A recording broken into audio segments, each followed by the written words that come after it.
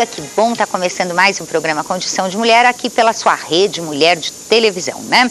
Você sabe que nesses dias assim próximos a 27 de novembro, porque durou vários dias, né? Começou lá no 23 e foi até 27 de novembro, aconteceu aqui no Brasil em 1935 a chamada Intentona Comunista, né? Liderada pelo Luiz Carlos Prestes, né? Que, você sabe, o Partido Comunista, e o Prestes quando foi preso, e o Graciliano Ramos está aí nessa foto ali também no canto. Ó, o Partido Comunista começou em 22 no Brasil, né? E em 35, como uma reação ao fascismo, ao governo do Getúlio Vargas, aquela história toda que você já sabe, não é? Houve então esse levante comunista, mas a história não conta muito bem essa história, não conta direito, porque o levante começou lá em Natal e Recife, nas cidades de Natal, né, no Rio Grande do Norte e Recife. Olha aí a foto, tá vendo? E foi uma coisa precipitada, estava marcado para outro dia, aí o Prestes ficou meio desesperado. Bom, resultado, melou tudo, não aconteceu absolutamente nada, foi todo mundo em cana, e tem historiador por aí que levanta a hipótese disso ter sido até precipitado pelo próprio governo para que pudesse realmente colocar o Partido Comunista na ilegalidade aqui no Brasil. O que aconteceu de fato depois da intentona. O Prestes ficou 10 anos na cadeia, só saiu em 1945. E a mulher dele, que é a Olga Benário Prestes, você sabe, aquela que até o Fernando Moraes escreveu o livro sobre ela, o livro Olga e tal, a Olga foi mandada lá para os nazistas, porque ela era alemã, então o governo brasileiro do Getúlio despachou ela para lá, para morrer nos campos de concentração, o que efetivamente acabou acontecendo, não é verdade? Então você vê que é uma história conturbada, né? Para quem diz que nós somos um povo pacífico, a gente vê que não somos tanto, graças a Deus, né? Porque também, já chega a ser pacífico na fila do banco, né? Já chega a ser pacífico na hora de pagar no supermercado. Nunca vi um povo ficar na fila para pagar, mas tudo bem. Dizem que é normal, eu não acho, mas todo mundo fica e tal. Eu não vou reclamar porque eu já tenho fama de chata, né? Aí vai ficar pior. Olha lá, estes são os soldados rebelados, né? Na intentona comunista de 1935. Tem alguém famoso aí nessa foto também que eu não estou me lembrando. É o pai do Agildo Ribeiro, o Agildo Barata, né? Ele tá ali, ó. É aquele ali na esquerda do seu vídeo magrinho.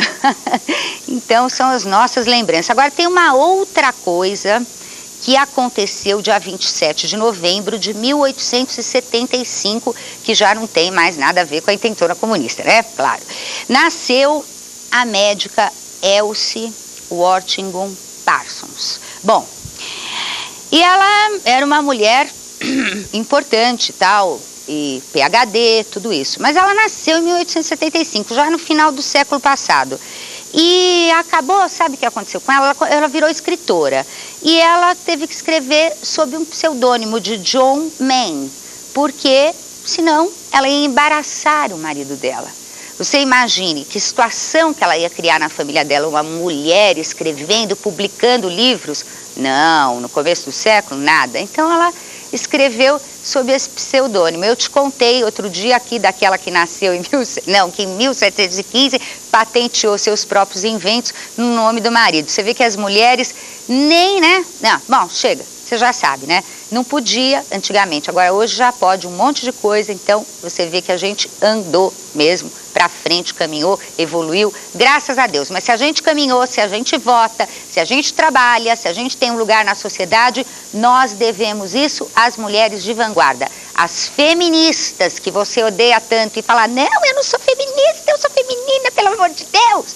Mas você não seria nada do que você é, talvez você nem dirigisse carro, tá bom? Se não fossem as feministas, porque foram elas que foram lá, deram a vida, deram a saúde, deram a tranquilidade, deram tudo, sacrificaram seu conforto para lutar. Muitas foram presas, tem casos de feminista que foi morta, montes de histórias, para que você pudesse ter hoje tudo que você tem.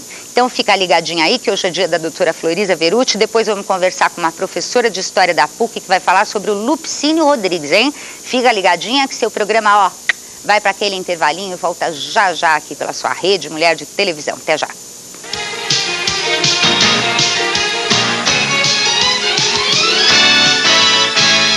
E você que já mandou a sua carta para participar da nossa promoção, olha só os prêmios que você poderá ganhar. Balduco Sakura, Ajinomoto, Bom Apetite Congelados, Miué, Porcelana Schmidt, Adornos Clarão, Santa Marina, Aventais AB, um fogão Daco e ainda uma joia do Simon Atelier. Se você não mandou sua carta ainda dá tempo, hein? Olha só aí no vídeo que você deve fazer para mandar sua carta pra gente. Promoção Minha Receita de Natal Inesquecível. O endereço você tá vendo aí, hein? Mas manda rapidinho que a gente só vai poder aceitar sua carta se ela chegar aqui pra gente até o dia 17 de dezembro. Boa sorte! Rede Mulher. Seu problema é amor, saúde, trabalho, dinheiro? O tarô indica o melhor caminho. Ele é um instrumento que está à sua disposição para aconselhar e ajudar a encontrar melhores saídas para a sua vida. Agora, as respostas às suas perguntas estão ao seu alcance sem sair de casa. Disque Delfos e tenha no tarô uma ajuda para ser mais feliz. Ligue agora 0900 788 033. No café, lanche, aperitivo, a qualquer hora do dia. Crepe suíço é uma tentação. Salgados, doces, com frutas, são muito nutritivos e saborosos. Fáceis de fazer com os vários modelos de gris residenciais. Agradam a todos os gostos e idades. Ligue já no 011 3064 1000 e receba em sua casa. Na compra de 2 gris residenciais, você ganha uma fita de receita de deliciosos crepes. Todos os dias, milhares de pessoas ligam para meus discípulos e, ao vivo, fazem suas consultas esotéricas. Era uma dúvida que eu tinha, que eu liguei, perguntei e tal, conversei. Aí essa pessoa realmente falou, ó, fica esperta, vai acontecer, isso realmente aconteceu. Descubra os segredos que só a astrologia, o tarô, o búzio e a numerologia podem revelar. Ligue já para meus discípulos. Não espere, ligue já.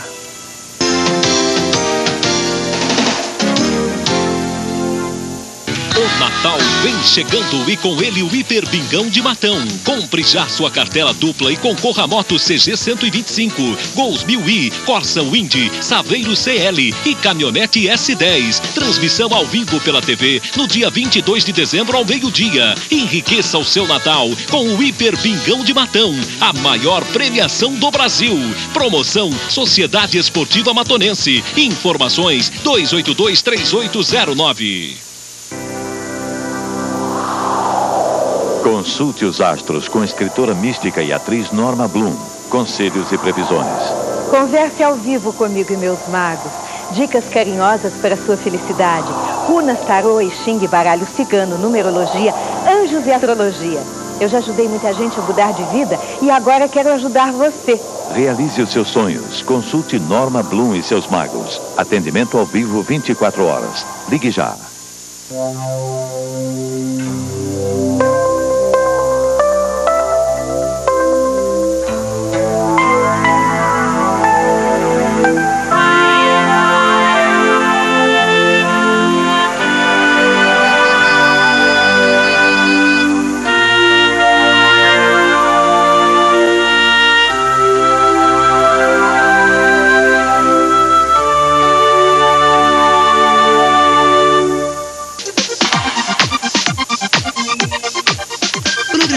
Rede Mulher, qualidade de vida. As dicas de como viver bem e saudável. Apresentação Leila Navarro, de segunda a sexta, às 5h20 da tarde.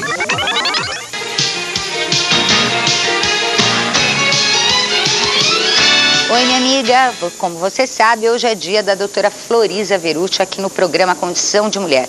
E ela vai fazer um comentário, porque nós recebemos uma carta aqui de uma telespectadora que falava de um problema que ela teve no trânsito, bateu, foi no juizado de pequenas causas e tal, né? Então a Floriza quer fazer uns comentários sobre o nosso sistema judiciário e sobre o juizado de pequenas causas, né, Floriza? Tentando responder um pouquinho a carta da Liliane Pintor, a ideia do juizado de pequenas causas foi uma grande evolução no nosso sistema judiciário, porque está aumentando cada vez mais a demanda. Quer dizer, os cidadãos estão mais atentos, né, à questão dos seus direitos, estão mais interessados em recorrer à justiça para poder recuperar, de uma certa forma, pelo menos, esses seus direitos. Então, o juizado de pequenas causas, que passa muitas vezes despercebido, né? Porque as pessoas acham que pequenas causas é uma coisa de menor importância. E não é, né? Apenas porque atinge um certo número de casos até um determinado nível de valor da causa, né? Porque sempre se dá valor à causa e todos os impostos, as custas judiciárias e tal, são baseadas no valor da causa, né? Se você vai fazer uma partilha de uma fortuna, né? Ou se você vai reivindicar a reintegração de posse numa área de terra valiosa, quer dizer, tudo isso tem um valor maior. No caso do juizado de pequenas causas, essas coisas não existem. Muito bem. E ela está preocupada em saber se ela vai conseguir que aquela pessoa que bateu no carro dela efetivamente pague o conserto do carro. Isso é outro departamento, né? Por quê? Porque o juizado de pequenas causas, ele vai fazer um acordo, né? Não tem nenhum juiz nesse juizado de pequenas causas, né? Ele pode ser, ele pode funcionar com advogados, com pessoas, né, de reputação ilibada, etc, etc. No fundo, é uma espécie de tribunal de conciliação. Quer dizer, ele vai conciliar a situação, as pessoas entram no acordo, decidem que vai ser assim e aquilo vale lei, vale, não tem dúvida nenhuma. Agora, na medida em que a pessoa que assina um acordo de má fé, né, com outras ideias na cabeça, que resolva driblar, bom, aí, de qualquer maneira, o cidadão vai continuar a ter os recursos necessários para executar aquela decisão. Quanto a isso, eu acho que você pode confiar no que você encaminhou. Agora, eu não posso jurar de pé juntos que você vai conseguir receber todos os tostões do que você tem para receber. Como, aliás, é difícil dizer em qualquer processo, né? Por mais que a pessoa tenha aquela convicção de que ela tem razão.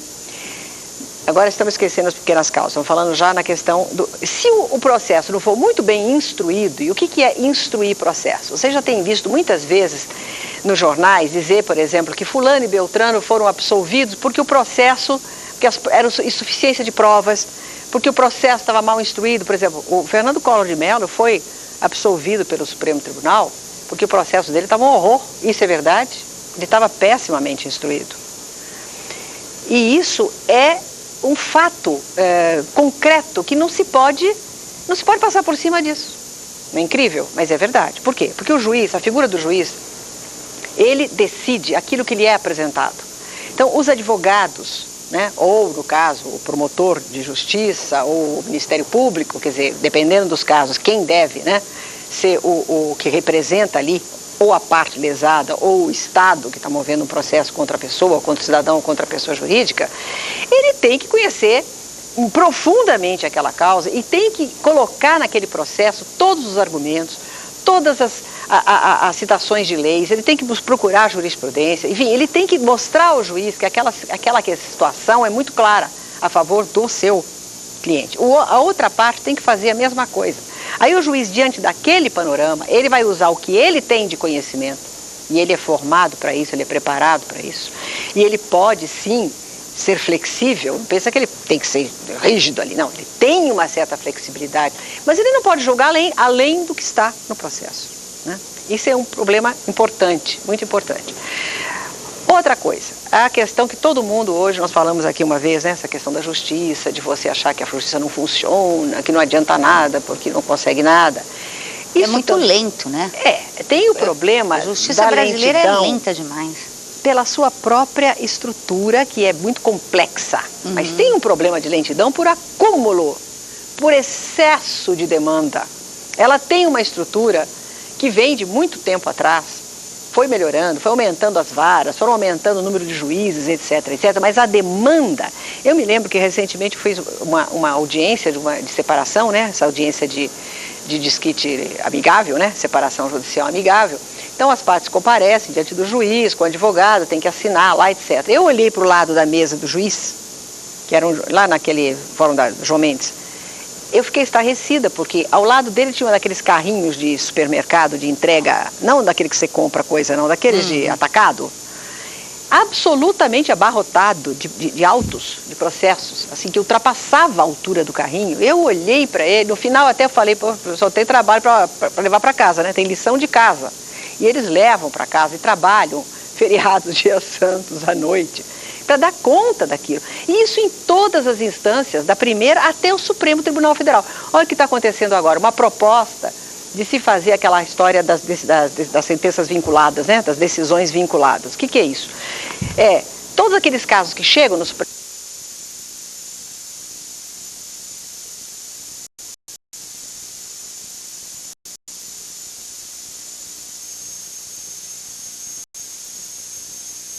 nas bases, enfim, que estão instruindo aquilo tudo.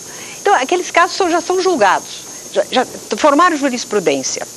Eles querem transformar, até certo ponto, essa jurisprudência numa espécie de lei, isto é, servir de parâmetro para aquele juiz da primeira instância que vai receber um caso muito parecido com aquele, de outra pessoa, de outra coisa. Ter uma decisão de uma instância superior para poder dizer, julgar olha, de acordo com ela. Exatamente. Isso é interessante. Aí ele aliviaria esse longo caminho, porque quando você não recebe uma sentença favorável, você tem o direito, pelo nosso Código de Processo, de inúmeros recursos. Isso foi feito no passado e ainda está em vigor para quê? Para permitir que as pessoas pudessem ter certeza de que a justiça fosse cumprida. Você tem, desde que você ainda tem argumento, que você não foi totalmente contemplado, você entra com outro recurso. Isso também está sendo muito criticado em várias instâncias, porque diz que tem recurso demais. E que a pessoa pode sempre apelar. Olha o Pelé. A gente está se voltando Pelé. Que não reconhece a filha. Que não reconhece a tal da filha. Então vem sentença. Ele recorre. Quer dizer, porque dentro do Código de Processo existem esses possíveis recursos. O advogado dele está descobrindo argumentos. E a função do advogado é essa mesmo, é usar a cabeça, usar tudo aquilo que aprendeu para ir descobrindo o maior número de argumentos possível para defender seu cliente. Isso não é antiético, pelo contrário, é absolutamente ético. Agora, tudo isso, eu acho que o Brasil, em todos os sentidos, está em mutação, está em transformação. Nós precisamos também descobrir uma nova estrutura judiciária que possa vir de encontro, conservando tudo que é bom, tudo que é da grande tradição do direito brasileiro, que é um direito de altíssimo gabarito internacional, né? Haja vista o número de juristas e de personalidades que nós temos de reconhecimento mundial, né? Mas nós temos que encontrar uma fórmula que atenda agora a uma população imensa. Quer dizer, esse país triplicou de população desde 1950 até aqui. Quer dizer, isso aí ninguém pensa. O que significa, né, esse estouro. E agora, depois da Constituição, felizmente, o cidadão também tem muito mais vontade, tem muito mais participação. E ele recorre, ele vai para o PROCON, ele vai para o IDEC, ele vai para o Juizado de Pequenas Causas, ele vai para a Justiça e ele quer ver a situação dele resolvida.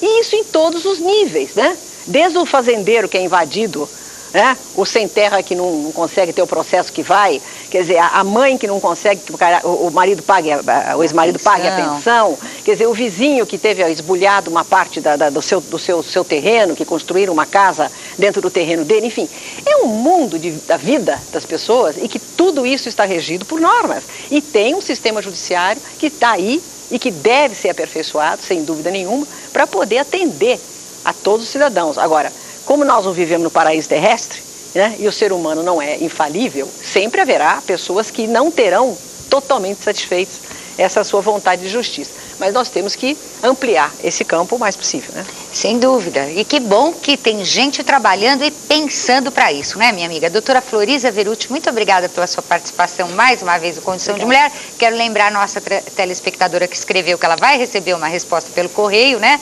Mais objetivamente.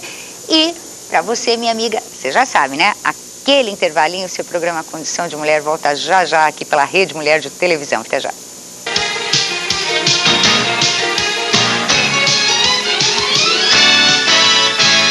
Pois é, essa quarta-feira o nosso encontro aqui no nosso programa Elô Pinheiro, de 2 às 3, tem muita gente boa no pedaço. Olha só, Rogério Moacade, comemoração de 1 ano da sua casa noturna Joy.